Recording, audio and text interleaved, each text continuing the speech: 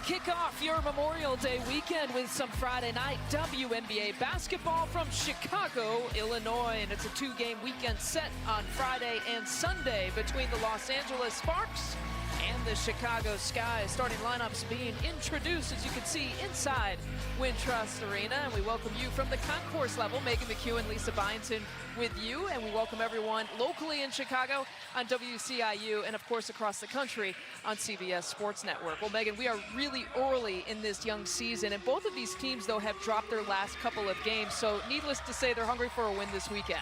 Chicago has not only dropped its last two games, they've both been at home. And on the flip side, Los Angeles has only played two games, both in a losing effort. Both of these teams need to find a groove, especially on the offensive side of the ball. The last game that Chicago played was on Tuesday against Atlanta. We want to give a nod to a little bit of Chicago Sky history. To Courtney Vandersloot, the last shot that she made put her #1 scoring on the all-time scoring list in Chicago Sky franchise history. What's most impressive about Sky guard Courtney Vandersloot is scoring isn't even the first thing to come to mind when you think of her game. It's her passing ability. The guard leads the WNBA in assists per game with nearly 9.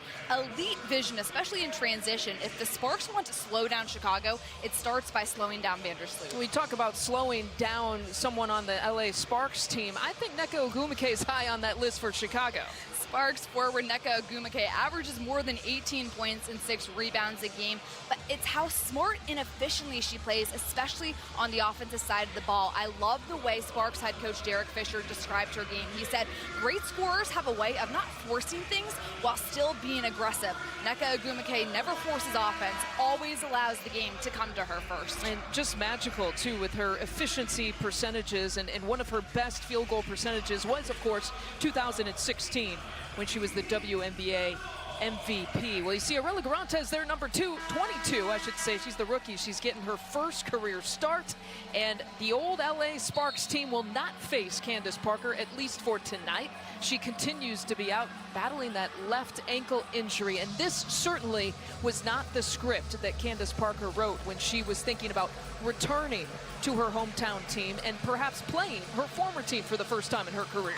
It was one of the biggest stories this offseason, Candace Parker leaving her longtime franchise Los Angeles to come back home to Chicago. So tonight, out with that ankle injury, definitely not the scenario she wanted to be in. However, they're trying to make sure that Candace Parker is ready to go for the longevity of this season. And the PS to that is also no Allie Quigley, once again, still out with a hamstring injury. And Steph Dolson out, still trying to qualify the USA team for the 3-on-3 team for the Olympics. So 3 possible starters for Chicago, all out again, but that has been about the 3rd or 4th game with all 3 of them out. In fact, the only time they have been full strength was the opener against the Washington Mystics. And the tip goes to Erica Wheeler. Some new names, some fresh names, blending with these old faces. That's part of the story of the LA Sparks here this year. And Garantes feeding inside this time to Chiney Ogwumike, who fires for the first 2. Ogwumike posting up down low, getting that good position on the inside for that over-the-top lob pass finish. And the first assist here for Arella Garantes as well. I mentioned that she's starting in her first career game. A product out of Rutgers, played for C. Vivian Stringer, started her career at Texas Tech. And there is Astu Fall, who hits her first 3. One of the biggest strengths the Chicago team has is a lot of its post players can step out and knock down that 3. Adu Fall doing just that. Her 3rd 3-point make of the year, and only shooting 22% from back there for this year. A now 3 of 10 shooting percentage. Any type of player who stands at 6'5", like Dufall, and has the ability to step out and knock down that 3, it only spreads up the floor on offense. Here's Wheeler looking to split the difference. The kick out to Nneka Ogwumike. And Garantes starting again. She lofts it up, but starting in the place of Brittany Sykes. Derek Fisher hoping maybe Sykes could come off the bench and provide a little bit of extra spark and energy. Maybe as a 6th player tonight. And Diamond DeShields drawing the personal. Shields starting to hunt for her shot more and more as the season has progressed, just taking the ball, becoming one of those efficient scorers on the Chicago team as well. It's the first personal on Shanae Ogumake. You're looking at James Wade. We had a conversation with him on a Zoom call earlier today. He said turnovers and offensive rebounding the priority. Those are two categories that really killed them against Atlanta. Only 2 teams in the WNBA average more turnovers than the Chicago Sky, who sit at 18 a game. He says he just wants to cut that number down as much as possible moving forward. It'll be interesting to watch that part of the game kind of evolve. Atlanta is the second best in the league in terms of turning teams over. Who is the best? The team that you're watching here tonight, the LA Sparks. And Shanae looking to back down Ruthie Hebert, and she lost her footing a little bit, still nearly converted the bucket.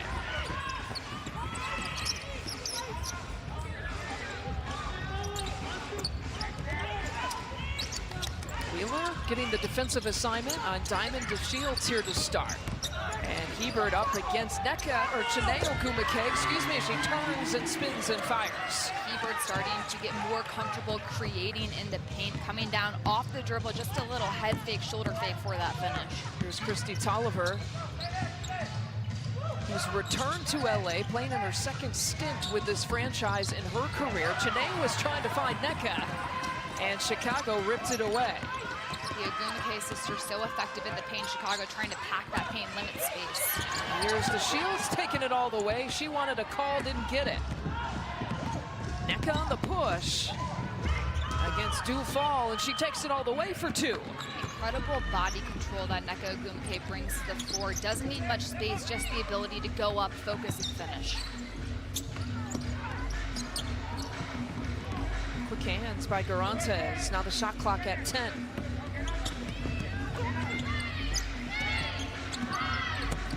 Kalia Copper blowing past the entire LA defense. Blowing past the entire LA defense because she has one of the quickest first steps on the floor. Doesn't need a lot of room to navigate through traffic. Now everyone has scored. 4 of the 5 starters have scored here for Chicago. Courtney Vandersloot, the only one who has not hit the scoreboard yet.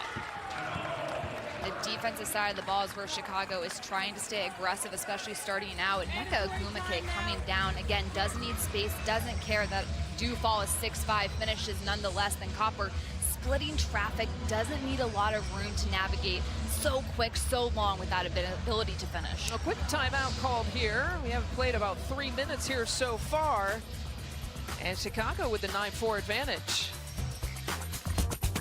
Many in the Chicago area this week writing, talking about James Wade. The Chicago Sky and James Wade filed a complaint to the league after Wade cited that he was the target of a racially derogatory remark made by an official during Tuesday's game against Atlanta. Wade told us today he filed the complaint to stand up for himself and allow the league to know he felt disrespected. The official involved in the incident, Isaac Barnett, did officiate last night's Dallas and Atlanta game. Now, the WNBA typically reviews cases like this, but rarely comments during an investigation. And it certainly was some of the discussion as LA turns it over. It was a discussion with some of the local media, and James Wade didn't shy away from talking about it with the local media, but would like to move on. He just wanted the WNBA to know that he felt like he was being treated differently than some of the other coaches in the league. And we were talking in the timeout that James Wade actually might be happy with some of the spacing, too, that we're seeing here offensively and some of the advantages that that's creating here early. And that was something as Ruthie Hebert gets the rebound put back for Chicago. One of the biggest complaints Coach Wade had in that Atlanta loss this week was Chicago's spacing was terrible on the offensive side of the ball. So far in this first quarter, Chicago's spacing much better.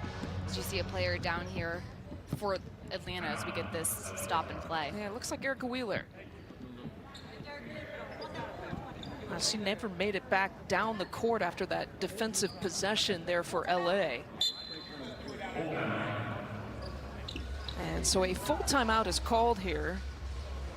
As some of these players have come over. You see Amanda Zowie-B with her hand on Wheeler's back. These are the first few seconds and minutes that actually Zowie-B is playing this year. And you see Wheeler is down actually on the block, coming off that screen. And she's at the top of the key, trying to figure out where this happened. Oh, she got hit by Kalia Copper. It looks like just a hit right into the nose. Coming off that screen, trying to guard Copper. And she never just officially recovered from that. Few things, I tell you what, hurt more than getting cracked in the face, especially in the nose. So Wheeler, one of the toughest players out there on the floor amongst both teams. Hopefully she can get back out there soon.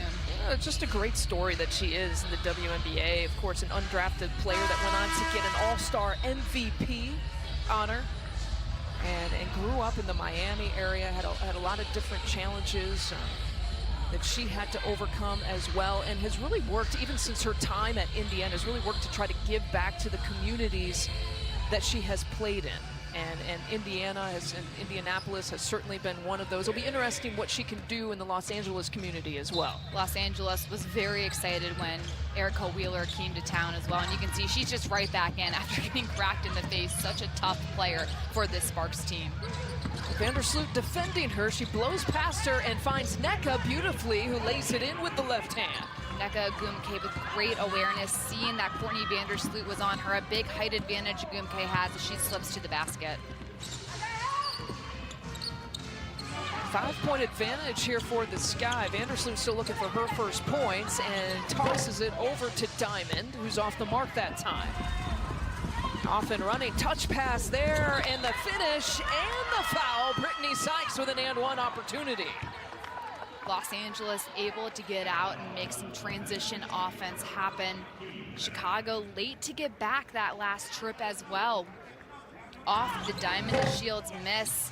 Tolliver just looking up. The ball doesn't even hit the ground for Los Angeles. That is a textbook transition drill. Anytime the ball doesn't hit the floor, that is the epitome of efficiency. Well, Derek Fisher told us in our Zoom call with him here today that every little minute, if they can get quality possessions and build on that in every quarter, they definitely will become an improved basketball team, as Hebert gets the 12th and 13th point here for Chicago, and then gets a wrap-up jump ball situation with Nneka Ogwumike.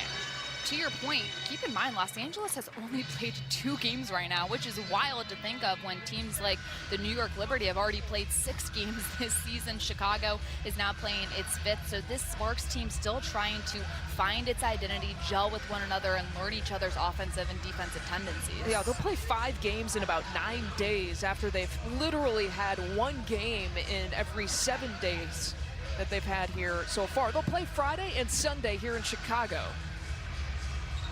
And Nneka wins that jump ball opportunity. 16 seconds on the shot clock. They're feeding Amanda Zawi B in her first points of 2021. Zawi B has the ability to spread the floor and knock down open jumpers, which is something Derek Fisher hopes will help that offense be more efficient. Zawi B had not played in the first 2 games, tweaked her back, and she was listed as probable, but went through a warm-up. And Derek Fisher had told us and some of the other local media in the pregame they were just going to kind of feel it out and see how she is feeling and reacting to the game, and then kind of evaluate how much she might play tonight. Based off that move, she looks like she's feeling just fine. Well, she has improved so much. You and I have watched her play in the Big Ten at Minnesota. She's dropped some weight, and there she is. Maybe made that shot a little bit too tough. Had that left-handed layup maybe wide open. Trying to make it look fancy. It was a fancy pass from Nneka Ogwumike to start, though. Sloot feeding Hebert, who's being challenged by Zawi B, and she's got another bucket. Hebert struggled to score on Tuesday against Atlanta, only 3 points. This time, a lot more confidence, staying very poised as she gets the ball in tight situations. Well, she hasn't missed yet tonight. A perfect 4 for 4, 8 points to lead all scores. Zawi B has not missed at all, or she's missed the 1 shot, but that's her first 3-point make. She's all smiles coming down after that. Los Angeles needing to work on its spacing. The best way to do that is knocking down threes. And Sloot trying to hunt down her first points, and that's her first shot of the evening. Zawi B 2 of 3 from the field, and a quick 5 points off the bench. And Nneka trying to feed her again. She's been the hot hand in the last couple of possessions. Spin move, but she stepped there on the baseline for the turnover. Dufall playing and making the right defensive decision, forcing Zowie B into the baseline. Having that line right there, it's like having another defender commits the turnover. Amanda Zowie B signed with Los Angeles as a free agent in February. That's after 5 years with New York. And last year in 2020, averaged some career high numbers in terms of points per game, almost right around 9 points per game, and then almost 9 rebounds per game as well. Kalia Copper taking it inside, off the glass for 2. Excellent awareness from Copper, who had a Gumeke coming up for that help defense to just stop right there in the middle of the paint to pull up. And Wheeler lost it. Couldn't control it, so it's turnovers hurting LA early.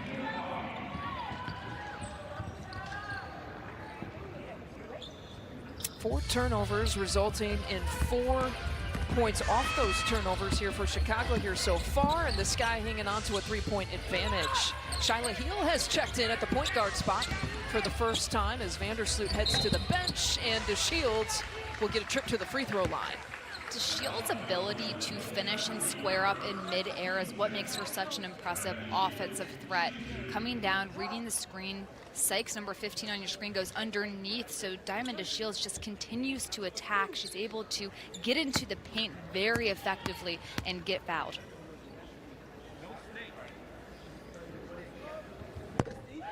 Zowie B with her first personal. James Wade, he's talking to us about the rotations, what he's got to figure out when you're missing all-stars, when you're missing starters like he is right now with Parker and Quigley and Stephanie Dolson.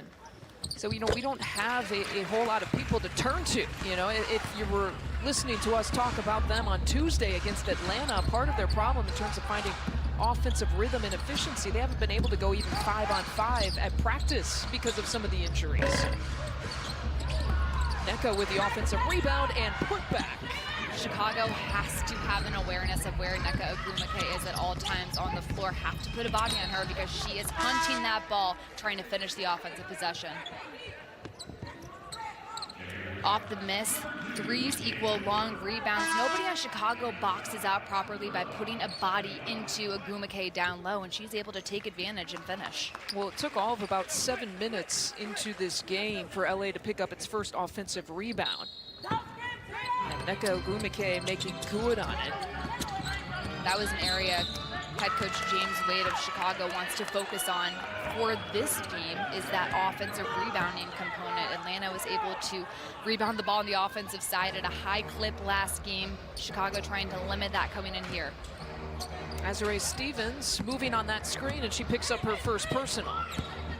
Azurá Stevens playing the most that she has this season in the last game, 20 minutes or so. She still is on a minute restriction, and the 20 was just a little bit beyond what the athletic trainers would like to see her do.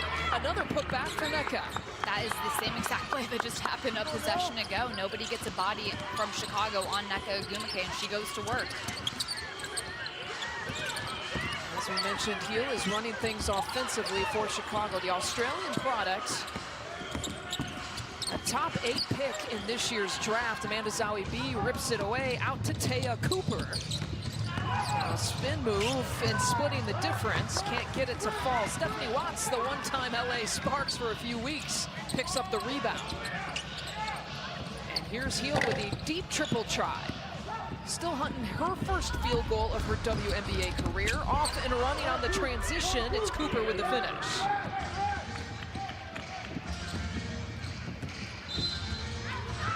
And Chicago and James Wade will call a timeout. LA has taken the advantage 20-19 with under 2 to play in the first quarter. Los Angeles starting to force Chicago to turn the ball over, getting them really uncomfortable on the offensive side of the ball. Chicago had really great spacing offensively, was controlling the pace of this game in those first 5 minutes, and Los Angeles has come out, has forced Chicago to play on its heels. What were the 2 things we were talking about with James Wade? He said offensive rebounding, and we saw Nneka Ogwumike get a quick 4 points, right? Off of 2 offensive rebounds. And then, as you mentioned, even the turnovers. So he knew right out of the gates that those were going to be two categories that could make a difference between a win or a loss tonight. Chicago knows what it has to do in order to execute the game plan. It's about sustaining that for 40 minutes of basketball.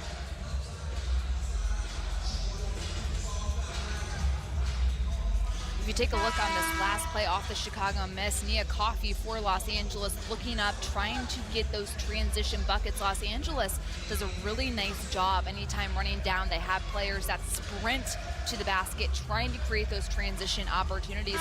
Chicago's nice job getting back on defense. However, there have been a couple of times these last few possessions that Los Angeles has just Chicago down the floor. Derek Fisher said in the pregame, we're trying to find our way too offensively. Both of these teams are, and you mentioned only 2 games in. He said we got to build a rhythm, timing that is just disjointed. You just don't get it unless you play games. We haven't had the opportunity to play many games.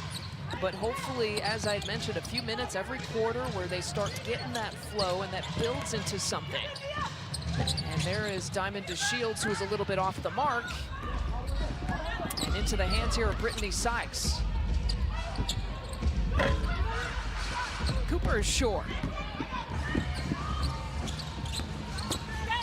Heel with the kick out. Diamond DeShields getting Sykes in the air and then turns it over. And Nia Coffey with the step-through move.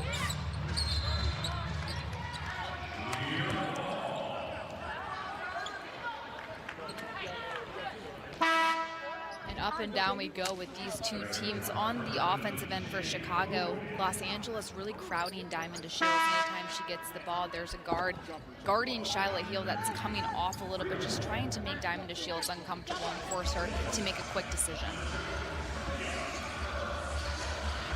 Well, Diamond will take a seat. All her points have come from the free throw line right now. She is 0 for 3 from the field and missed her only 3-point attempt. And 1:10 left to play here in this first quarter. Nneka Ogwumike again winning that jump ball situation. We got a whistle down on the baseline. And Astu Dufal is whistled for the foul.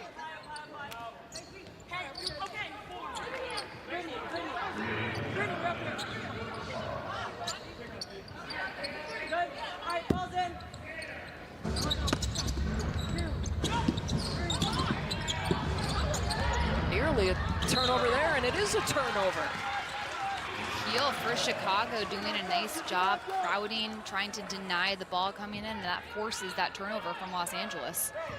5 turnovers now for LA.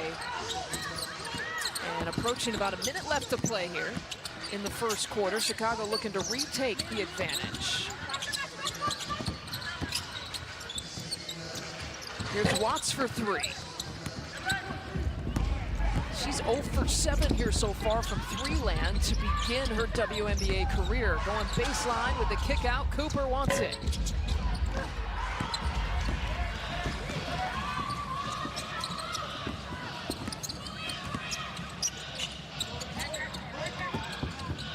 And Heel for 3. Offensive rebound for Chicago. Watts will take it inside. Chicago doing a better job spacing offensively, just needing to try to take high-quality shots versus those types of runners in the lane.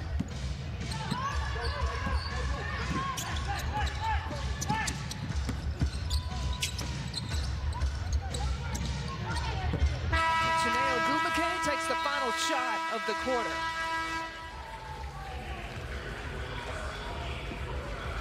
LA trailed by as many as 7 in the first quarter, but leads by 1 after the first 10. Let's take a look at the WNBA national TV schedule. Coming up next, it's Minnesota at Seattle around 10 Eastern. ESPN2 has a doubleheader featuring Chicago. Phoenix will come to town on Tuesday, June 1st, and then Chicago again at Phoenix on CBS Sports Network Thursday on June 3rd. For more, please go to WNBA.com or visit the WNBA app. Doesn't get much better than that. Basketball morning, noon, night, whatever you want on the app nationally. Man, getting your fix this summer. And then, if you download the app, you can always go back and watch any games anytime you want. Oh, I love me some WNBA League Pass, let me tell you. On demand. quite literally. That is not the start to the second quarter, though, that James Wade wanted. Another turnover, and what he said, too, unforced turnovers as well, now the 5th in the game. And so Shyla Heal actually will begin this second quarter at the point guard spot and defending Cooper on that. Another offensive rebound. Janae can't get it. How about once, twice, perhaps 3 times? And Chicago scoops it up. But takes it away is Brittany Sykes. And Heal is whistled for the personal. And just like that, Courtney Vandersloot shedding the warm-up and checking in for Shyla Heal. Heal coming in only in her 3rd game in a Chicago Sky uniform, has not had a ton of time to practice. And as a point guard, you have to have time with your teammates in order to learn their tendencies. Something Vandersloot is so good at is knowing what makes her teammates good and how to put them in positions to be successful. Heal just has not had that time yet with her teammates. Slow offensive start for Heal. An 0 for 6 shooting start in her career. This is, as you mentioned, she's only played 3 games, had a little bit of a delay because of some visa issues after getting drafted from Australia. Boy, Brittany Sykes got those quick hands. She has turned over Chicago a few times, draws the contact, and they will count it. Sykes, one of the best defenders on the floor for either teams, has an incredible awareness of where the ball is at all times, and she puts her bodies in positions between her man and the ball, gets a hand up, active hands, then comes down, notices transition-wise, she's got only one down there, and absorbs the contact, makes sure it's not a charge, and still is able to finish. 5 points in 8 minutes of play off the bench, and this is exactly why Derek Fisher wanted to try to get her coming off the bench here tonight. One of the reasons why he started Aurelia Garantes in the place of Sykes, not as a punishment or as a demotion, but just trying to fiddle with the rotations a little bit. Huge for these teams that have, across the board, the WNBA, such talented offensive players, but there's so much value to having a talented defensive player on your team, and just like that, Sykes showing why she is so effective and important for this Los Angeles team. It's the 3rd steal already for Brittany Sykes. Wheeler tosses it away, and off and running, here comes Chicago, and Copper gives it up. Sykes getting a hand in there once again, forcing that turnover from Copper. Brittany Sykes takes pride in being one of the better defenders in the league, and certainly turning over. Excuse me, I shortchanged her 4 steals already. Why are you shortchanging her? It's happening too quickly, back to back to back. She has almost as many steals as points. 6 points and 4 steals in 9 minutes of play.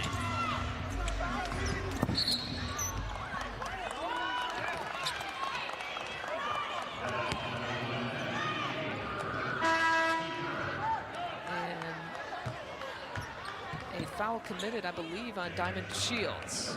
That'll be her 2nd. No, her 3rd. DeShields is going to have to go to bench probably for the remainder of this second quarter. Chicago starting to force too much offensively, getting sped up quite a bit, needing to take a breath, run an offense, get a good set going, and get that spacing back to where it was in the first quarter to get a better shot selection. So 3 personal fouls on Diamond DeShields. 4 points, all of them coming from the free throw line in 11 minutes of play. And you can just see the reaction of James Wade. Not only short-handed coming into tonight, but one of his best players now in foul trouble. And forcing the issue there is Bria Holmes. Holmes using a good angle to get off the floor, and offensive foul is called.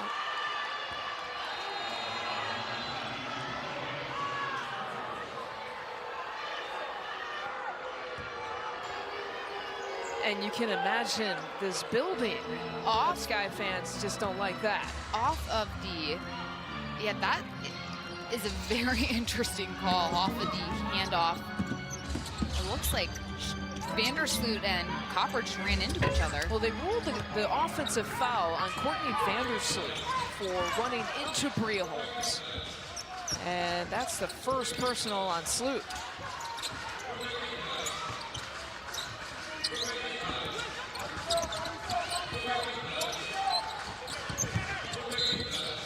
Stephanie Watts gets tripped up that time by Aurelia Garantes.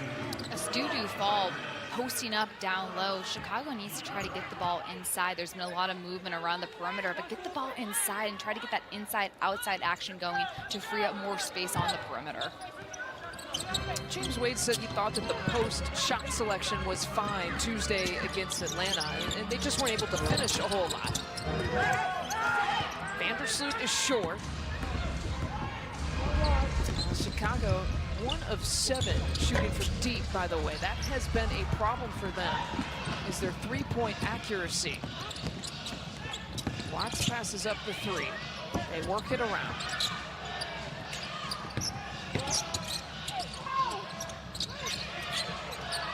Watts open this time for 3, and she drills it.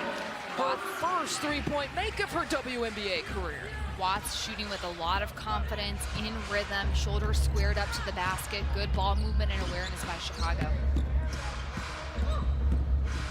Stephanie Watts played both preseason games with the LA Sparks before the trade was made for Watts and Gabby Williams. Gabby Williams now will be playing for Los Angeles, not this year. She'll remain on the suspended list, playing for the French international team. And Coffey rings it up from straight away. Coffey hitting 2 threes here in the last minute for Los Angeles. That left-hander just able to square up and knock it down under pressure. Newfall is too strong. Gets her own miss, though. And will take it strong inside. Cheney with a block. And a little out of control, an offensive foul call on Holmes. Excellent awareness and anticipation by Vandersloot to draw the contact for that foul. And that one's going to hurt. Holmes, meanwhile, is still down on the court. And Vandersloot trying to shake it off.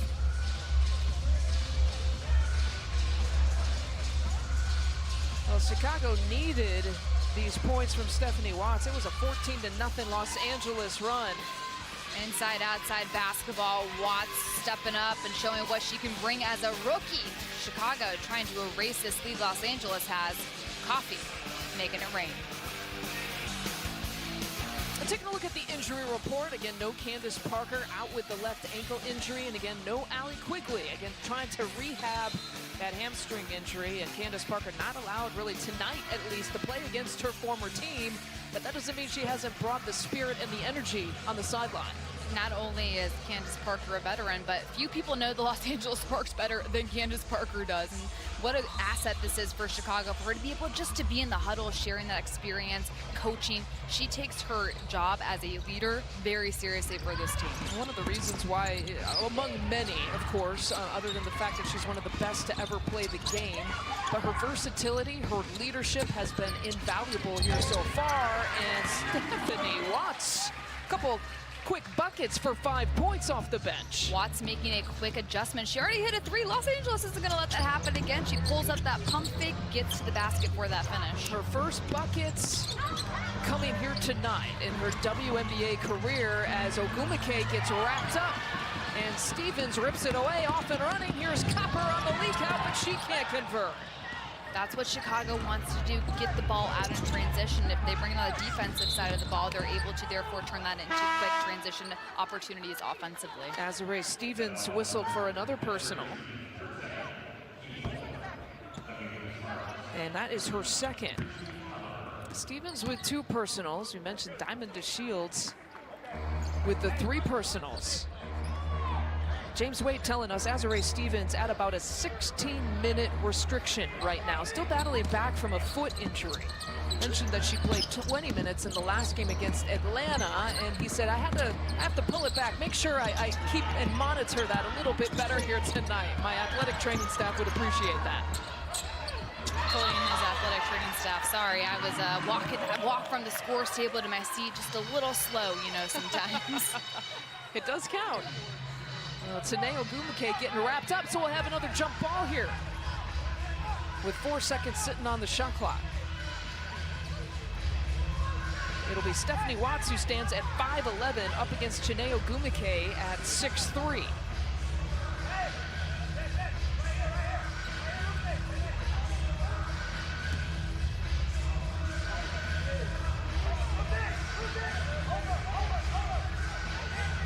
think everyone's situated now. The ball is tossed and back into Chiney's hands. With 2 on the shot clock, Garantes fires and hits. Garantes has that ability to pull up in the mid-range. That's a textbook warm-up shot for the former Rutgers player. Just a little pump fake, good clock awareness for the finish. If you watched a lot of Big Ten basketball, you got to see a lot of that.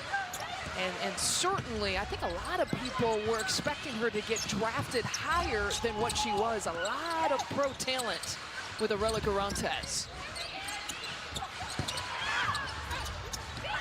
Now 2 to shoot, and Stevens had to put it up. But Watts rips it away for another 2. Watts staying aware and aggressive on the offensive side of the ball, never leaving a play unfinished.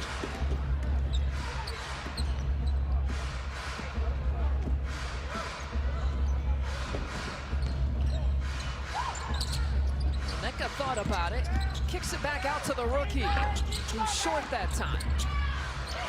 And Azare Stevens gets fouled by Chiney. That'll be number 2 on Chiney Ogumake.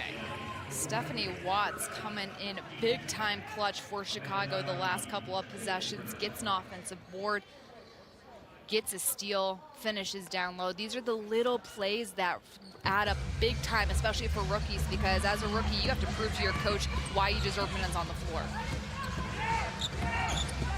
3.5 to play here before the half. Copper looking to go off of Wheeler. And off the heel that time, it will stay Chicago Sky basketball. The shot clock will reset to 14.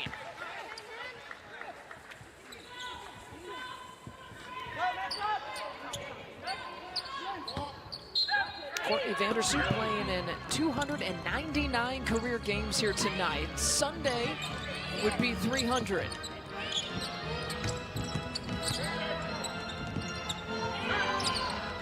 Turn around for Heber.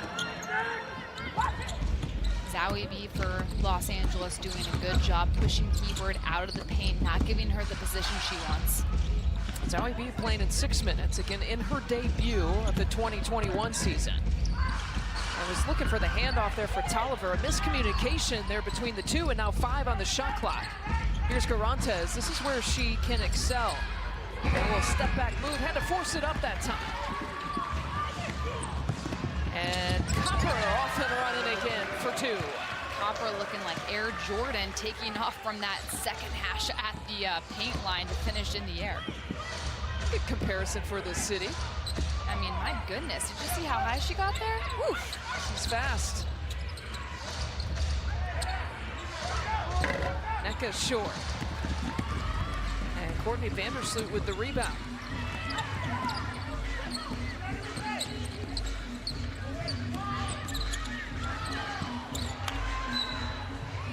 It'll be LA basketball. Those are the little things in rhythm. Chicago hasn't quite been totally in sync, but Kalia Copper, talk about being in sync in transition. Vandersloot knows where to get the ball, and that is to Kalia Copper. Let her stand, give her the ball just a little bit ahead. She'll make it look good and finish it the rest. Los Angeles keeps this lead in the second.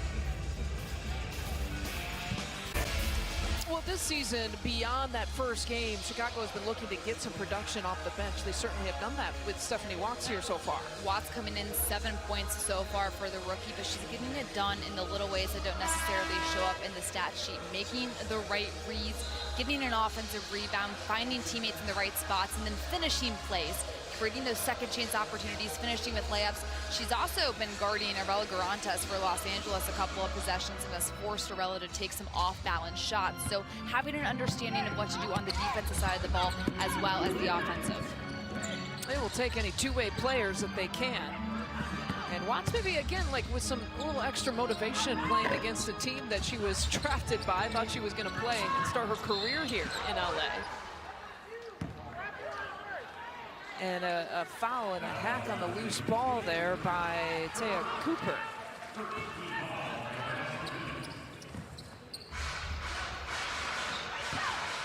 You know, digest some of these numbers. We talk about the bench scoring has been lacking for Chicago. Only 15% of their points have come from the non-starters as Zoe B gets the block.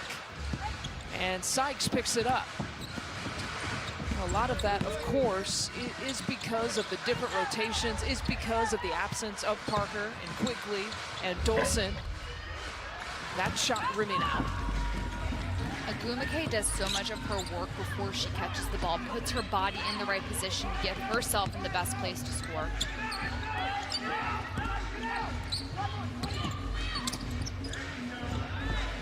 They leave Copper wide open, and she makes them pay. It's her first three-point make of the night. When Chicago hits threes, that helps spread the floor even more, allowing driving lanes and allowing the ball to get inside easier to post players. Astu picking up another foul. And that's her second. Let's go back to the Copper three. Vandersloot always has the awareness of where her teammates are on the floor. Copper wide open, able to knock that down again. Anytime you can get those threes going, James Wade telling us he wants his team to get up 23s a game, picking that number because one of their assistant coaches says that's the way where the game is trending so far. So those three-point opportunities Chicago really wants to try to capitalize on. He said, you know, he's aware of the fact that other teams can attempt 33s. That's probably not within their skill set right now, considering all the missing pieces that they have. Maybe they can get to 30 attempts when Allie Quigley comes back. Candace Parker can obviously shoot the three, as well as Steph Dolson. And missing those three key pieces off and run, and Sykes again with another and one. She's having quite the first half. Sykes making things very difficult on defense for Chicago, then turning it into good offense. To have a player that has that type of defensive mindset so big for Los Angeles, Tolliver making Chicago uncomfortable, and then Sykes just coming down and finishing in traffic midair to get hit and have the strength to still get the ball in the bucket. Whew. Sykes hitting the weight room this offseason. 8 points, 5 steals for Brittany Sykes in 10 minutes off the bench. And add in a couple of rebounds or two. Involved in a trade with Atlanta in the 2020 offseason. Of course, is one of those players that was a part of the Final Four team at Syracuse. So we have a lane violation that took that free throw attempt away.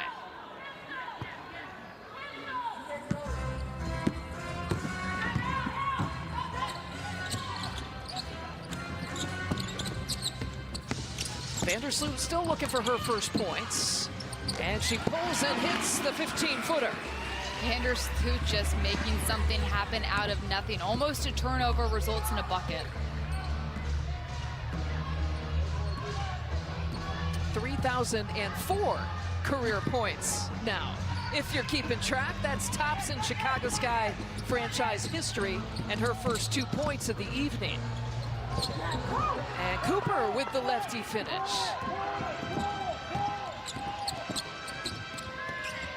Watts with all kinds of confidence, but can't get that one to drop. LA did not relinquish a lead that it got at the end of the first quarter, and ends the half right now with a 38-33 halftime advantage. Los Angeles getting it done on the defensive side of the ball, forcing 13 turnovers against Chicago, getting 12 points off those turnovers. They have a lot of momentum. Derek Fisher has to be happy with the way his team has put up on the defensive side. Largest lead for Derek Fisher in LA has been 9 here in this first half, as the Sparks looking for their first win of the season. When we come back, we're at halftime here at Wintrust Arena. A feature with Azurá Stevens. You won't want to miss that. That's right around the corner after this.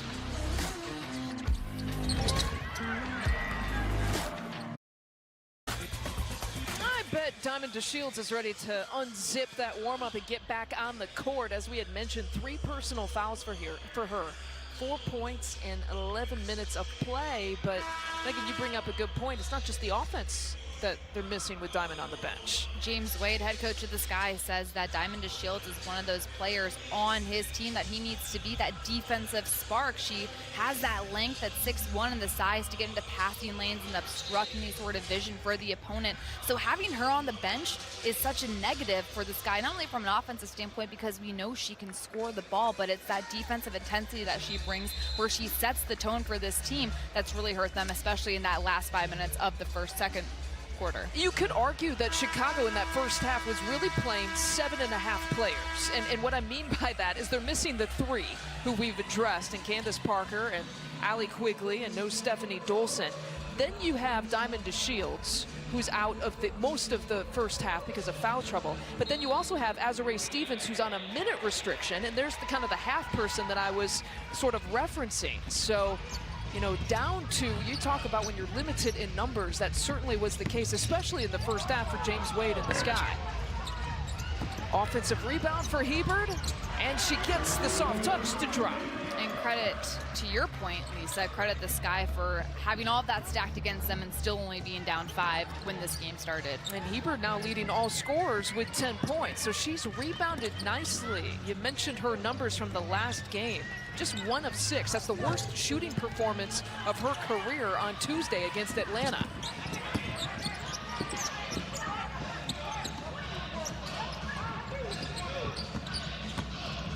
Copper pulling up from the elbow. Not there. Chiney Ogwumike with her 4th rebound. Garanta's going underneath the screen when guarding Copper, giving her a lot of space to try to pull up in that mid-range. Los Angeles trying to bait Copper into pulling up and knocking down those mid-range shots. Well, LA is starting out a little bit sloppy here in this first minute of play to begin the 3rd quarter. The 10th turnover here for the Sparks in this game. We showed you the 13 turnovers in the first half for Chicago. Astu Dufall for 2. Vandersloot sees plays happening 2 passes before they actually happen. She saw Astu Du fighting for position down low, able to hit her with that pass almost before Dufall was even paying attention. And Sloot got a piece of that Wheeler offering. And now on the push here to Diamond DeShields, and she walked with it. DeShields getting caught running with the ball, but watch Vandersloot's vision. Dufall posting up against Christy Tolliver, so there's that size advantage Dufall has at 6'5". Then the defense coming, Vandersloot forcing Los Angeles into the baseline, into the help for Hebert to come over and obstruct that vision. A back-cutting Nneka Ogwumike, who receives the pass from little sis Chiney. Ogwumike cut so hard. Again, it's about creating that space and that opportunity, getting the work in before getting the ball. That's what makes Ogwumike such a dangerous player. Pumps the lead back up to 3 after Chicago cut it to 1, and that layup cuts it to 1 once again. DeShields does it so effortlessly, the way she just glides through the air. Wheeler left all alone, creating her own shot. Her first points of the night. Tolliver still looking for her first points. She's the only starter here so far for LA who hasn't scored yet in this game. Vandersloot's in trouble. 8 to shoot on the shot clock. And right into a wall of Nneka Ogwumike. That's kind of an unfair mismatch there.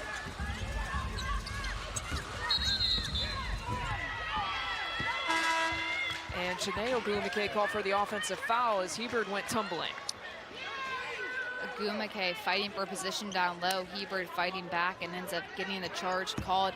Last bucket, Nneka Ogwumike just catches Dufall off guard, able to make that back cut, then just the effortless gliding through the air, splitting traffic right down the middle of a highway. Diamond DeShields needs to be doing more of that for Chicago. The Sky are very dangerous when DeShields getting the bucket and scoring. And Vandersloot taking it on the left side. All kinds of traffic, and here's LA on the push. Tolliver again, no points here tonight here so far. Sykes have had a big first half. Off the mark on that 3-point attempt. 8 points, 5 steals, and about 11 minutes of play for Brittany Sykes off the bench to start this game. And a turnover for Chicago. Unforced errors, just mental, where your mind goes faster than the body goes, and those types of little turnovers are just momentum killers for Chicago. Something James Wade says this team has to cut down on are those unforced errors. We asked James Wade, how do you navigate this time and stay optimistic when you are playing shorthanded with several key players not available? And he said we have to simplify things, and we have to focus on a couple of things, and turnovers, as we have said, and offensive rebounding is the other. Nneka Ogwumike strokes it from 3. Ogwumike's ability to also bring her game out and knock down the 3 just makes her unfair to guard. I mean, she has a counter to every move possible.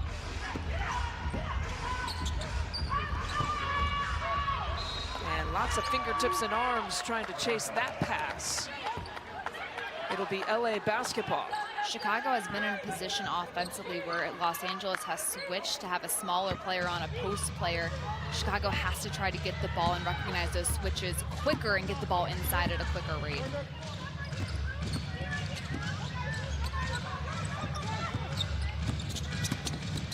Sykes will pull up from 15.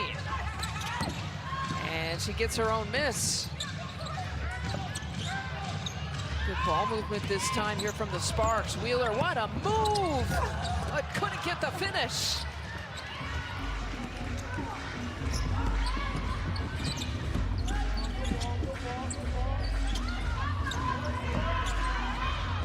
Oh, those long arms by Nneka, rips it away. LA's got to be careful here on this transition. Sykes with the crossover. Chiney Ogwumike with the rebound. And they're letting them play a little bit in the last few possessions. This has been a physical ball game too, back and forth between both teams. Wheeler rips it away. And she'll take it herself, in for 2. There's a reason why Los Angeles leads the WNBA in forcing turnovers. It's their ability to anticipate and the length that their post players bring, getting into passing lanes, disrupting offensive flow. How about double-digit steals already? 10 of them in this game. 5 from Sykes, 2 from Nneka Ogwumike. And count it. No, an offensive foul call. An offensive foul call on Copper, and that had James Wade sprinting all the way from the Chicago bench to mid-court. He is furious with that.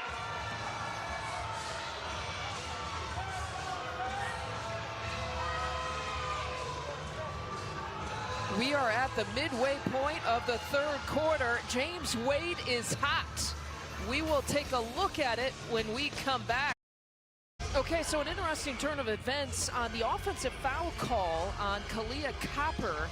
And she was up against Christy Tolliver. And while we were in the break, this official staff looked at that last play at the monitor. We were able to take a look at it too, and so we will replay it for you here. Megan, what do you see? I completely disagree with this call. Kalia Copper beats Tolliver to the spot. They're looking at the kick out on the leg. That's a natural basketball play in my eyes. Kalia Copper comes up and moves her knee out all the time when she goes up for a drive.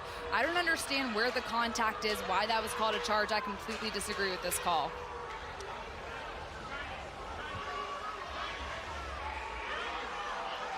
And so, as I said, they looked at that play at the monitor, the officiating staff did, and they're ruling this a flagrant 1.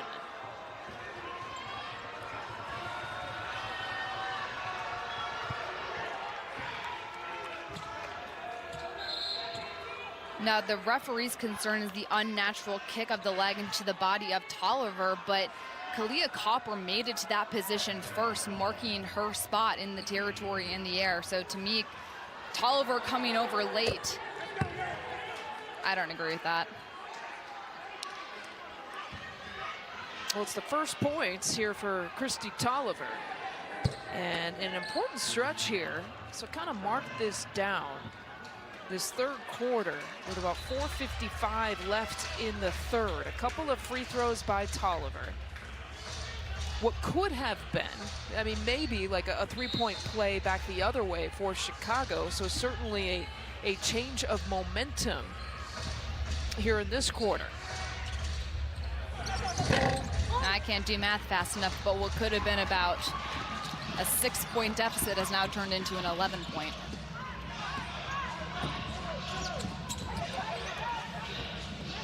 And this is the largest lead of the game for any of these teams. Previously, it was 9 for LA. Chicago had a 7-point advantage in the first half. But 11 now for the Sparks, and yet another turnover. Wheeler looking to cross up Vandersloot, who commits the foul. Los Angeles taking advantage of the momentum they have right now, coming down and making plays happen in transition, even if it's not resulting in an automatic bucket. Los Angeles doing a nice job drawing fouls and getting to the foul line. Well, LA continues to put the pedal to the metal, and again, this is a really important turning point for Chicago in several ways. You could see the frustration on some of their faces. Courtney Vandersloot and James Wade, of course, was irate going into the huddle after that game, and you see him still trying to plead his point. Whether you agree or not with James Wade's stance, he has been very vocal, especially this year and in the past, that he's felt like officials have sometimes officiated games differently for Chicago. Again, that type of call, I'm blown away that this was ruled as flagrant, and I'm gonna have to hear the reasoning about it later. But to me, Kalia Copper kicks her leg out all the time when she drives to the basket, so how is that any different than another play that she would make?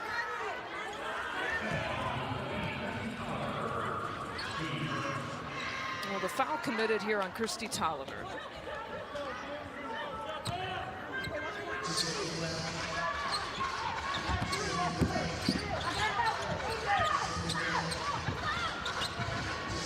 Diamond DeShields from the baseline. DeShields just with the one bucket here in the second half. Chicago needs to get a defensive stop. That's where a lot of their momentum comes from, getting things done on the defensive side of the ball, then turning that into good offense. A period of time here in the third quarter, the Sky had 5 possessions and 5 turnovers. And looking to find an offensive flow, but this LA defense has been tough here tonight. And Stevens leaves it short.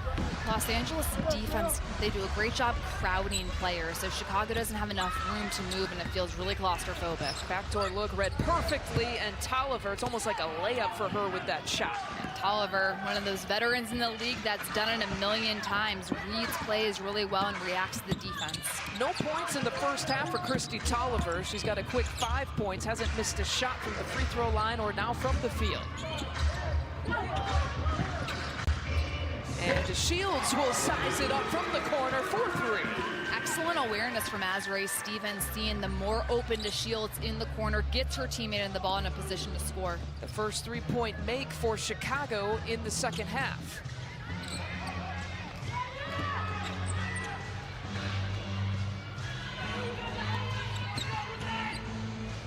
And Wheeler will pull up and hit from 3. Wheeler making Chicago pay for going under the screen, saying, hey, I can knock this down, you gotta respect it. She had not hit a 3-point shot coming into this game. Was 0 for 5 on the season, but suddenly this LA team has found its groove a little bit as Copper gets knocked to the court. Copper is at her best when she is creating and driving in the lane. That's something she's been able to do a couple of times throughout this game and been successful. Chicago needs to continue trying to create those types of driving opportunities, but that comes from good floor spacing. Something that Wade was looking for his team to do coming from Tuesday's game into tonight was creating those really good spacing opportunities, because that allows Courtney Vandersloot to go to work in addition to driving lanes to open. Zoe B commits her second personal. And here is Watts taking it hard to the cup. What a great spark off the bench Watts has been for Chicago throughout this game. She had 7 points in the first half, then coming in and being really aggressive on offense, not showing any sort of fear or timidness, staying aggressive, getting to the basket.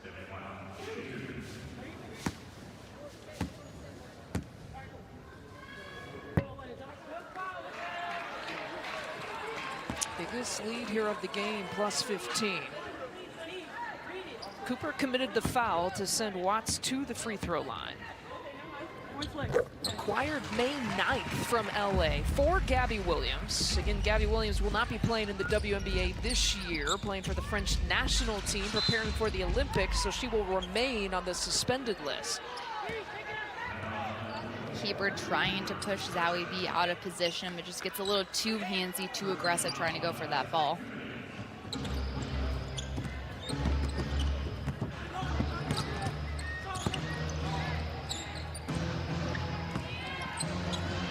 Hand off there to Tolliver.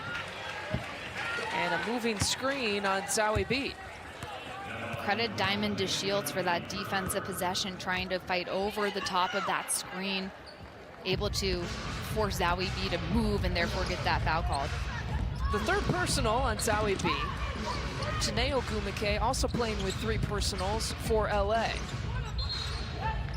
And we got another moving screen on Hebert. So she's picked up a couple in the last minute or so. Been a lot of whistles the last couple of plays as well. All of a sudden, it seems that they're calling this game a lot tighter than they were in the first half. 3 for Hebert, 3 for Dufall, and 3 for DeShields, who played the first half, about 11 minutes in the first half with 3 fouls. Hasn't picked up a foul here in the second half, and we've got another foul. And that one going against Stephanie Watts. And so now LA in the bonus. Chicago starting to get frustrated with some of these fouls, and as a player, as a team, have to lock in and do and control what you can control, and that's making a really smart defensive play, getting rebounds, trying to generate more transition, which is where Chicago is at its best when they can get out and run.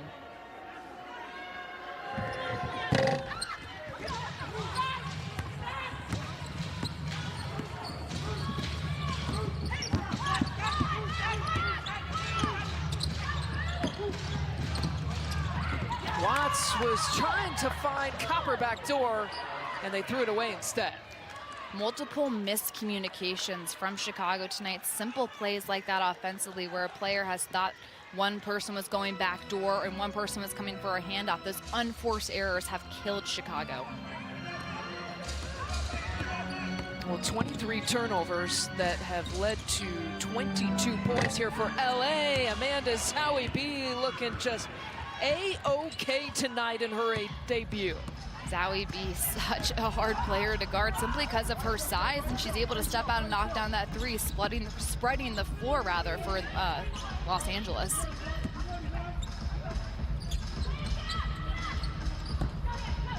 Dufall with the challenge on Zoe B. Loose ball into the hands of LA. They're off and running. Sykes. And again blocked by Vandersloot.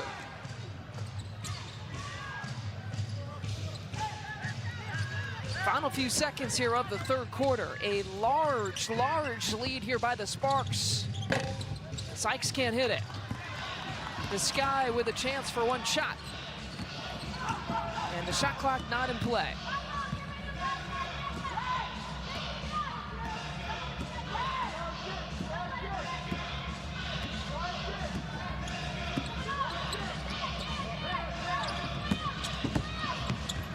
Dufall with a hard take and an offensive foul call.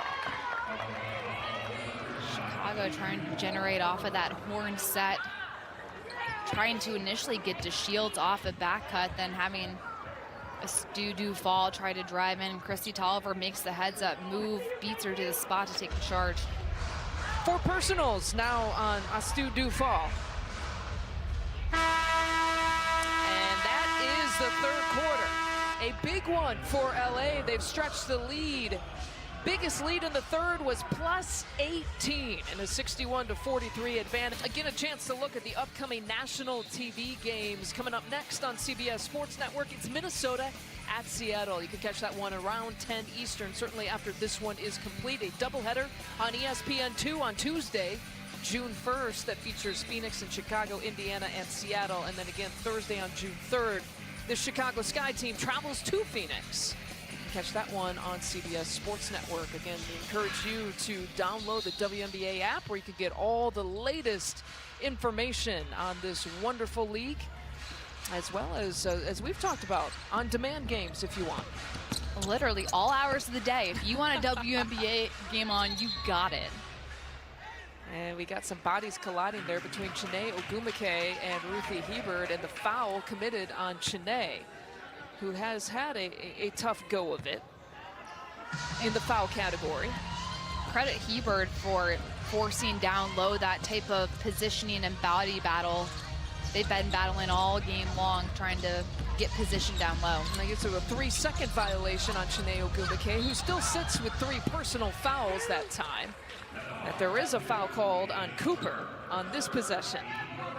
Los Angeles has stayed really aggressive on the defensive side of the ball throughout this game. That was a worry for Derek Fisher, saying we need to put together 4 quarters of good basketball.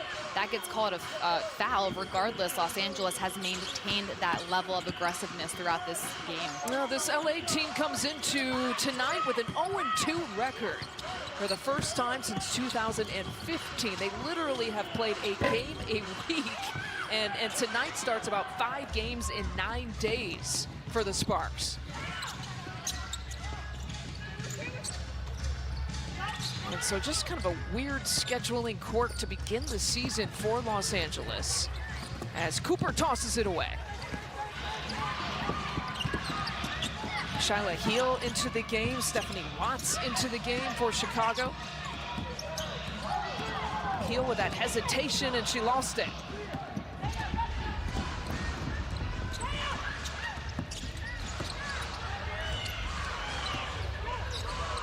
Vandersloot getting set to check back in for the Sky. They're getting a little bit of a breather here to begin this 4th quarter. Here's Nia Coffey for 3, and left that follow through hanging a little bit. Coffey has already hit 2 threes in this game, and she was wide open on that skip pass as well. Chicago has to make sure they're only a step within her vicinity in order to get a hand up and contest, and they got another offensive foul called. 9 points for Nia Coffey, who was a one-time teammate of Megan McEwen. Nia Coffey, yes, and she, I tell you what, since her freshman year of college has been a stud. She has hopped around a little bit, bounced around the league. This is her first year playing with LA. A couple years with Vegas and San Antonio, and a year with Atlanta, and a year with Phoenix. And a big basketball family, the Coffeys. Her brother playing in the NBA, and she's in the WNBA, the only brother-sister duo to do so at the moment. In the same city. The LA media community needs to jump on that story, in my opinion.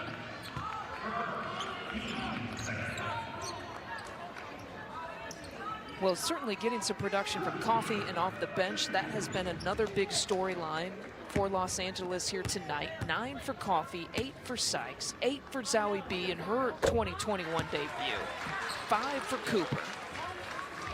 Derek Fisher changing things up a little bit in the starting lineup. If you were just joining us, putting Arella Garantes to start the game with Sykes coming off the bench in the first half. And that has paid off dividends for Los Angeles. Sykes providing that defensive spark, and she's also been a massive offensive spark as well. She has 8 points tonight, double what she's averaging currently in the scoring column. 32 bench points for Los Angeles. That type of bench production is going to win you a lot of basketball games in this league. It was the 3rd quarter that was a huge quarter for Los Angeles, outscoring Chicago by 13, 23-10 in that quarter. And a timeout called by Los Angeles.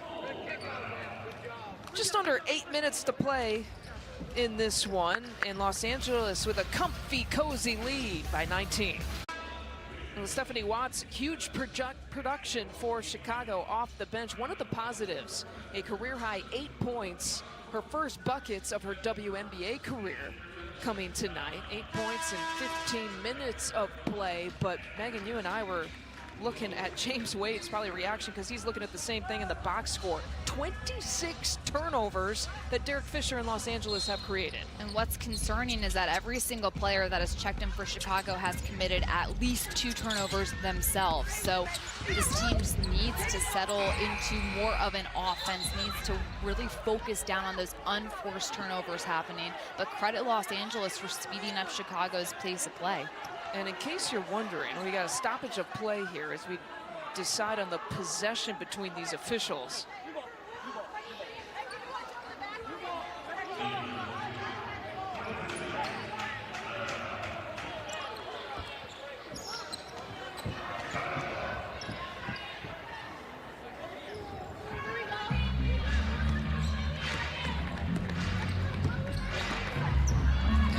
Confused about what the call is, but it's Chicago Sky basketball. How about that? You and me both. I was hoping you would know. That was an inadvertent whistle, we're told. I kept staring at my stat monitor, hoping that it would save me. Man, stat monitor sometimes not pulling through, man.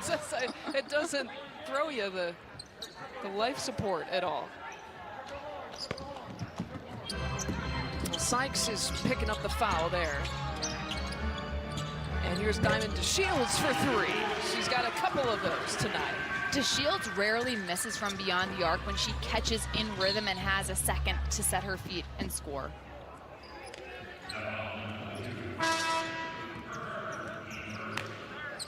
You know, if DeShields and Chicago can start hitting threes like that, we have seen a lot of significant leads in this league dwindle down a little bit. So it is possible. There's still plenty of basketball to be played. But certainly Chicago's got to take care of the basketball, number one.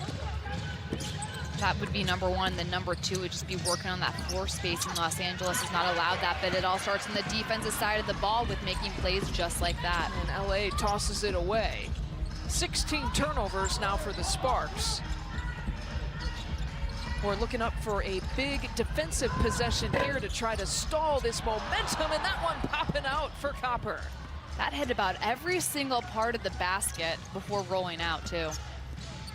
Telling you, it's supposed to be these home court rims. They're not getting it at Wintrust Arena. I've been telling them, someone's got to talk to facilities, man.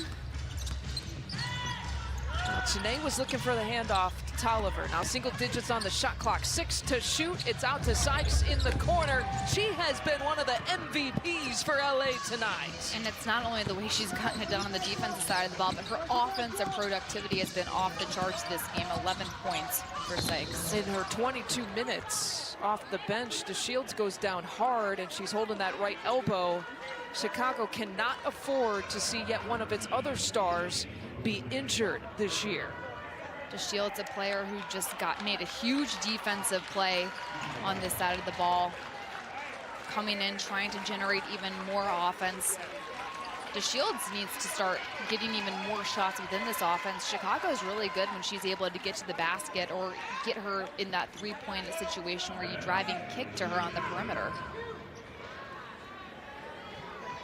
Diamond DeShields coming off of a shortened 2020 season, left the Wubble for personal reasons, dealt with some injuries as well, but she has played in her third straight game in 35+ minutes. She won't reach that here tonight because of foul trouble, but certainly a great sign that she's getting healthier to be able to log some of those minutes. DeShields is a player that is an X-factor-like player for Chicago just because of what she brings on both sides of the ball. Going high off the glass and taking the contact, and look at LA just sprinting over to get their teammate Wheeler off the court. You can tell the chemistry is really positive with this Los Angeles team. The way those body language takes of play, sprinting to pick up teammates, cheering each other on, and they have a lot of reason to celebrate right now. The way they've played on the defensive side of the ball, forcing Chicago to be really uncomfortable. Again, it's worth noting, Lisa, 26 turnovers tonight from Chicago, and Los Angeles scored 28 points off those turnovers. I mean, that is some defensive productivity at its finest. Part of the reason why they are plus 18 right now on the scoreboard, in case you're wondering. Chicago is flirting with some uncharted territory in terms of the turnover category. Their record for turnovers in a game is 27, so they are one off of tying an all-time worst in a game. They set that when they played Tulsa back in 2012. They sit, as you mentioned, Megan, 26 turnovers, nearly 27 right there. And 4 to shoot. Somebody's got to put it up. Watts on the drive, and Coffey got her. a shot clock violation. Nia Coffey with the hawking defense. Excellent awareness by Coffey, reading the offensive player, anticipating that the layup was going to go up, beats her to the spot with that block.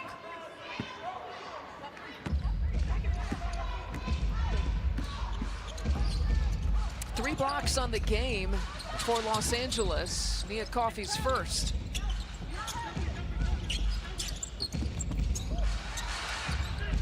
And you can see the confidence, the fluidity that's starting to happen here with Los Angeles. They got a lot of talented pieces. That one rimming out for Sykes, but Nneka picking it up and tosses it away. This is Los Angeles' third game this season, so these players are still learning how to play with one another, each other's tendencies on the offensive and defensive sides of the ball. It's Vandersloot who pulls and fires, and isn't that kind of the script for Chicago? I mean, that one all the way down and out. The second time that has happened in the last minute for Chicago, just in and out with these shots. Chicago shooting 5 of 17 from 3, just under 30% for the game. Here's Coffey for 3. That's her first miss from back there. All of her points coming from three-point territory tonight. She was 3 for 3 before that shot. Chicago has given her a lot of room and a lot of time to get that shot off on the three-point line. Azurá Stevens for 3, and knocks it down. Those are the types of plays that Chicago needs to continue making, just knocking down those shots, but it comes down to getting a stop on the defensive possession. I'm going to guess that maybe one of these subs that stand in at the scorer's table is going to be for Azurá Stevens. She's about at that 16-minute mark, which James Wade told us was about her minute restriction right now. And we see Natasha Mack, number 8 there on the left, who's only played in 1 game and hasn't played here tonight, getting set to check in along with Shyla Heel. And a technical foul called on Courtney Vandersloot, which sends Erica Wheeler to the free throw line. We mentioned the frustration. Sloot has been right there almost with James Wade here tonight.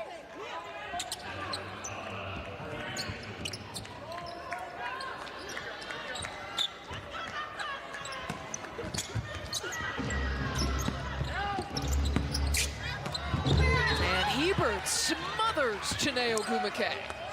Hebert using that 6'4" frame to beat Ogwumike to the spot and anticipate when that shot was going up.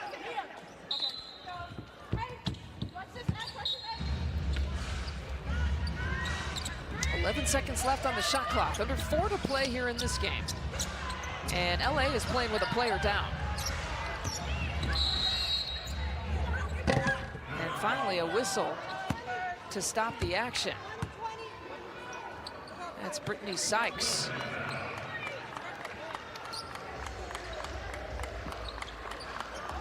And she was down even before the ball was inbounded. So the left side of your screen here, let's take a look. Top of the key on the screen. It looks like Heel's shoulder just goes straight into Sykes' mid-body. Almost looks like knocking the breath out a little bit. Now she's up, communicating, talking, gives a thumbs up.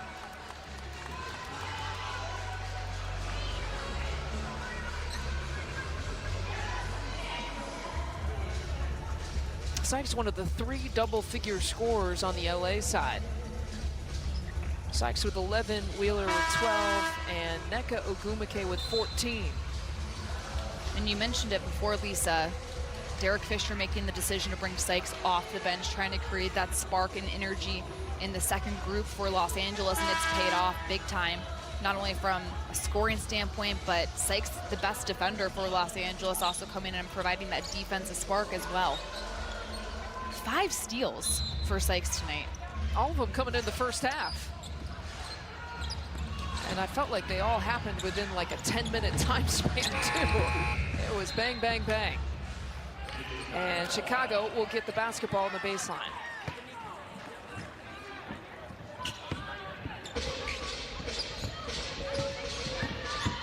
And so Chicago, by the way, tied the team record for turnovers with a team turnover. So isn't that fitting? Sometimes it's just that type of night, and this is that type of situation that Chicago has found itself in. We've spoken to it earlier in our broadcast. Chicago missing 3 of its main players in regards to minutes, with guard Allie Quigley and forward Candace Parker and forward Stephanie Dolson. That's 36 points a game between the 3 of those players, and not only points production but also veteranship on the floor. So just players that Chicago has yet to really have a complete team out there that it's going to be representative of who they are and its identity throughout the rest of this season. You know, the only time that they've been at full strength is the opener against the Washington Mystics. And it was an impressive game, not only offensively but defensively, holding the Mystics to 50 points, or in the 50-point range in that game. I'm going to assist you on that, partner. 56 points on that game, and that was tied a franchise record for lowest points. So this team has the ability to make it happen on the defensive side of the ball, and they have the ability to score as well. But as James Wade told us, this roster was built so every single player would contribute and be successful within it. So when you have multiple pieces missing, it makes it really difficult for everyone to have to adjust with such little practice time. And the positive that he's trying to spin with this situation is that some of these players, maybe like a Heber, maybe like a Heel, maybe like a Watts, and now you see Natasha Matthews in for the first time, getting some extra playing time because of those missing players. And a foul against Kalia Copper. And again, you can see James Wade and Chicago they just don't feel like these calls are going in their direction tonight. On Agumake, the call not whistled until Agumake grabbed her face. Now, does she get hit in the eye? Looks like absolutely. So Chicago frustrated with the delay in the call, I think, from this angle.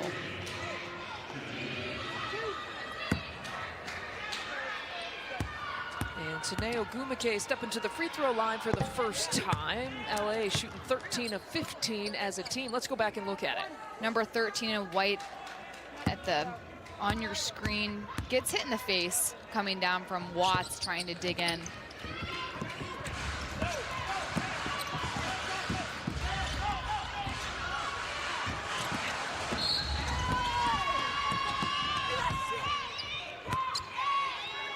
There's just a lot of stoppage of action. It's interesting because the stat monitor actually said they gave the foul against Tanae Ogumake to Kalia Copper, but she was nowhere near that play, as we saw and we showed you on the replay. A lot of frustration right now on Chicago's bench. 25 fouls, personal fouls against the Chicago Sky team. So they're reviewing this play for a clear path foul. You mentioned the foul count, and you have 25 fouls for Chicago, 16 for Los Angeles, so very skewed numbers there when it comes to the foul count in tonight's game. This foul whistled against Shyla Heel.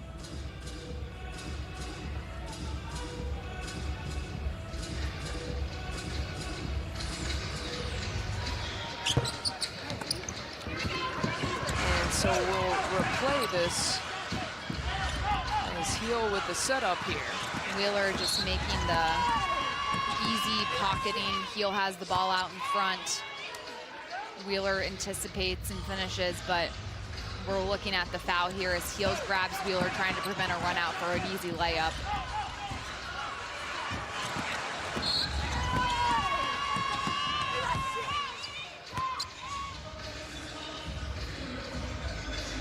Looks like they are going to rule it a clear path foul. Again, if no defender is ahead of the offensive player on the transition scoring opportunity, that defensive player will get penalized, which is what the officials saw at the monitor.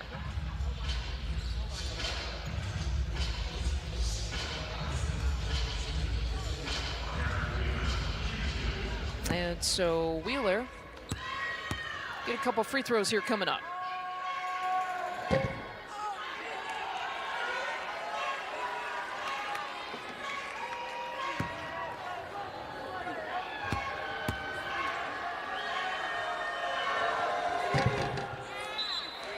looks good. She splits the difference.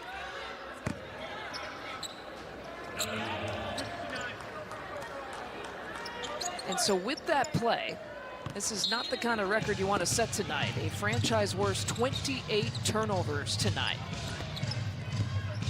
Los Angeles has played excellent defense this evening, has played a tremendous part in forcing Chicago to turn the ball over. The defensive intensity has been strong throughout the entirety of this game for Los Angeles. LA holds a stronghold here score-wise in the fourth. Under 3 minutes to play in the fourth quarter and in this game. 73-55 is your score. Los Angeles looking for its first win of the year. In Chicago, you know, they've dropped their last two, and unless a miraculous comeback happens in the final 2 minutes and 49 seconds, they're going to drop the last three with players like that in street clothes. Candace Parker. The Sparks have put on a tremendous showing, especially on the offensive side of the ball. Every single player that has clocked in has scored a basket. It's been balanced scoring. It's getting it done on the defensive side of the ball as well. We mentioned it. I feel like we're beating a dead horse with it almost. The 28 turnovers tonight for Chicago. Much of that due to Los Angeles' defense. In case you're wondering, there is a WNBA record that is somewhat close. Turnovers in a game, the WNBA record is 33. Chicago's sitting at 28 right now in this game, and has nearly given up 30 points off of turnovers tonight to Los Angeles. The Sparks have picked up 29 off of the 28 turnovers. The pull-up from mid-range, that rims out. And the rebound to Coffey.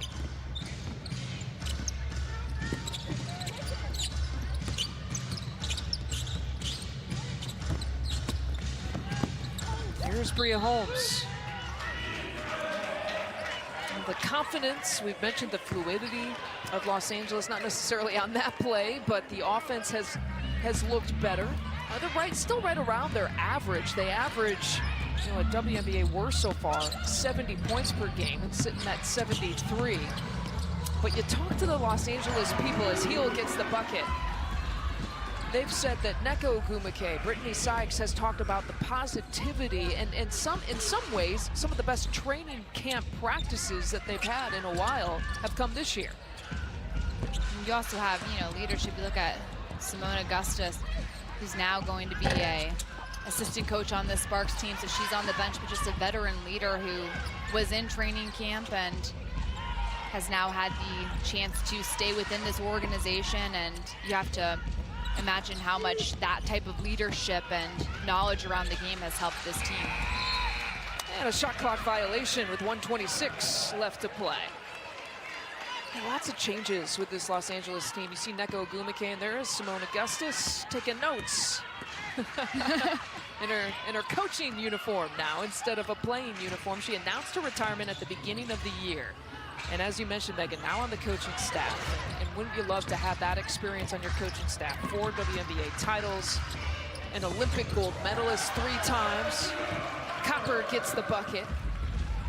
We were watching Los Angeles warm up when we arrived to the arena, and I was kind of laughing because Simone Augustus is giving these perfect passes to her teammates, or to her players now rather, warming up. And you don't always see a coach, you know, warming a player up that has the ability to put those types of zip-on passes. Played a majority of her career in Minnesota, and wrapping things up here in Los Angeles, her playing career, and now beginning her coaching career here. And there's a 3 that falls for Arella Garantes, her first 3 of her WNBA career.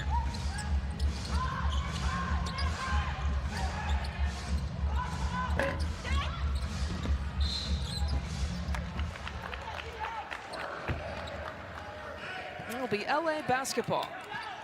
And so Chicago will drop its last 3 games. And again, playing shorthanded and trying to piece things together. No Candace Parker, no Allie Quigley, no Stephanie Dolson. Boy, they cannot wait to get those 3 back.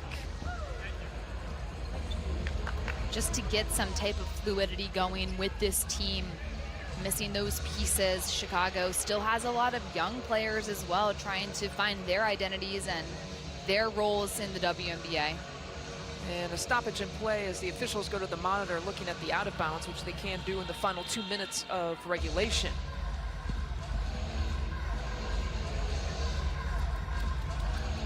And so these two teams will meet each other again on Sunday. And this is what they're reviewing. Is it off the hands of Heel? Is it off the hands of Cooper?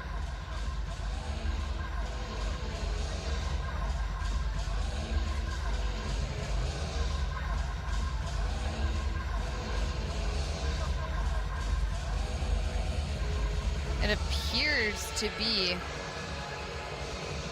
from that angle, off the hands of Cooper.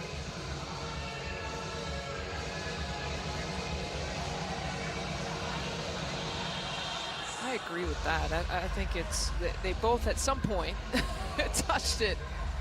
Looked like maybe Cooper's hands touched it last. We'll see what they come up with. 32 seconds left to play in this one. Again, we got another WNBA game coming up after this on CBS Sports Network. And the call on the floor will stand. Once this one is complete, we'll get you out to Minnesota and Seattle.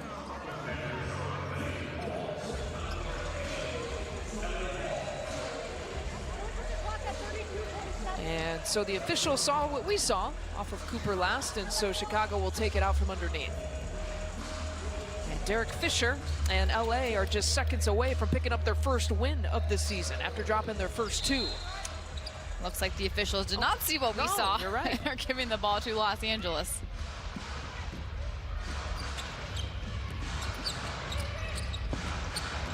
We all have had different eyes on some of these plays here tonight.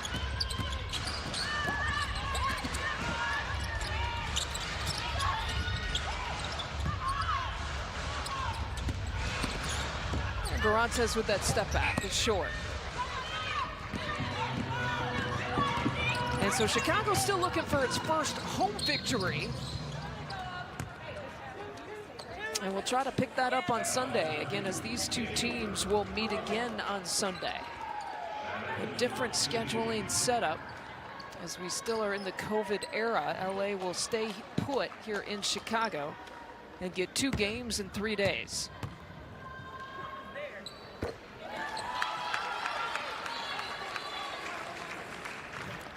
Derek Fisher was looking for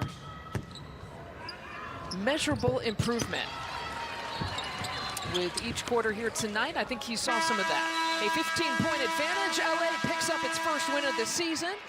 And a nice embrace between the two head coaches. From Megan McEwen, I'm Lisa Byington. That's your final, 76-61. LA picks up win number 1. For those watching on CBS Sports Network, we'll get you out to Minnesota and Seattle. For those watching on WCI